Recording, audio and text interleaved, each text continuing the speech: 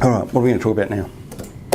Do you want to talk about the fundamentals of business? No. No? Do you want to talk about... tell me about a book you've read or listened to recently that you've enjoyed. I'm sure there's a few. There are a few. One of the books I've listened to recently, because I listen to books, I don't have time to read much, but I have kind of a lengthy commute, as you do, and I like listening to audiobooks, and one of those is a book called What It Takes, and it's a book about professional firms, world-renowned professional firms, and a bit of a history about those. So that's like Goldman Sachs, and it's even got a thing about Arthur Andersen in there, which didn't turn out quite so well.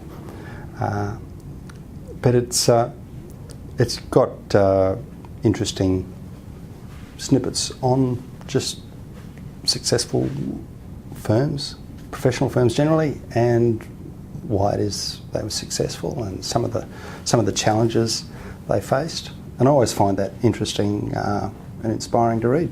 Yeah. What kind of range of actually let's reframe that.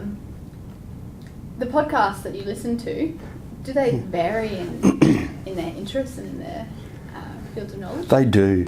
I listen to a reasonable variety of podcasts. There's, for example, at one end of one of the spectrums, it's a podcast by a guy called Daniel Lapin, who's a Jewish rabbi.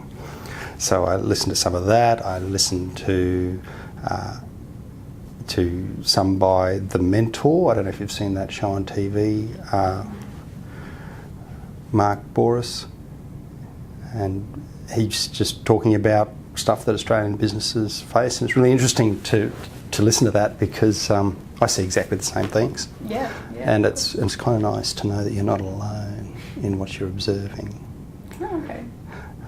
But there's all sorts of stuff in between, and the best thing about podcasts is it's usually pretty up-to-date information.